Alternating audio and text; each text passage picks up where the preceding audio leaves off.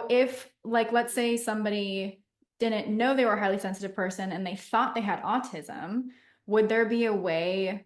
I mean, I know this is kind of just contradicting exactly what I just reflected back to you, but would there be a way to decipher or determine the difference between those two people, or not really? I know that's so hard. From like a genetics standpoint, sometimes Yeah, the gray Sorry, area. gray area. Yeah. Sometimes, so like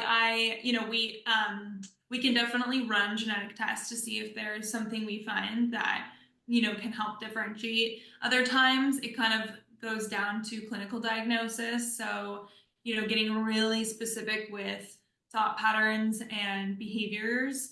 Mm. Um, Sometimes also thinking about developmental history. So we actually know now that autism is more likely to occur with advanced paternal age, which I find really interesting. So, like, if a man is much older, usually over 50, and has a child, that child will have a higher likelihood of having autism, and it has to do with the DNA in the sperm and this whole thing. Oh, But I oh, find that's really, interesting. yeah, it's really interesting because a lot of times people think that advanced maternal age, women over 35, are, there's all Risk this, factors, yeah. yeah, risk factors.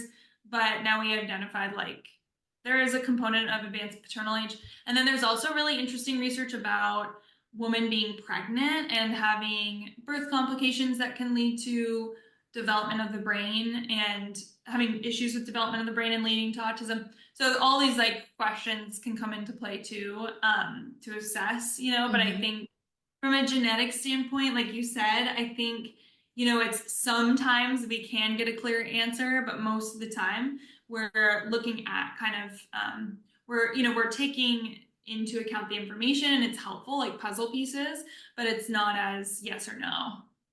Gotcha. Okay.